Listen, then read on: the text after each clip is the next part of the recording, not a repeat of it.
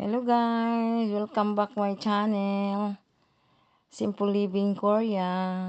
Ito na naman ako. Bumabalik na naman kasi sobrang busy ngayon lang ako nakabalik guys, no? Ngayon ako naka-upload. So, pagkatapos ng trabaho namin sa parang ah fruit selection guys sa melon, parang melon yung trabaho namin eh. So, yung company namin nagyaya nga mag-ano daw kami, mag-field trip daw. So, dito kami, dito sa part sa Korea, ito isa Wason, Gun.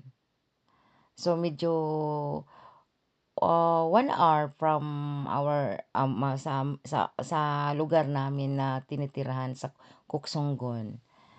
So, dito ano festival nila dito, guys. So, autumn ngayon kaya daming mga bulaklak na makikita mo. So, yung kasama ko nasa likod, Vietnamese yan, yung Vietnam. 'Di ba guys, ang ganda ng mga bulaklak. Pero hindi ko alam yung anong pangalan, mga bulaklak na yan guys. Pero ang ganda talaga pag mostly sa mga Koreano, ganyan ang mga ano nila eh. Pag mag-autumn, spring, yan talaga, mga bulaklak talaga ang makikita mo dito.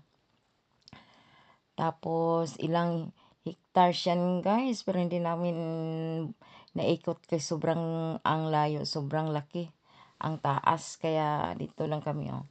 Kaya yan, mga bulaklak lang na yung mga ano, iwan ko anong pangalan ng bulaklak na, sorry guys, hindi ko alam. So, yan yung nasa harap, Vietnam din yan oh. Asawa ng kasama namin oh, sa trabaho.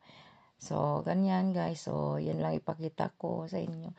Sana punta kayo dito sa Korea para makita niyo kung gaano kaganda ang Korea.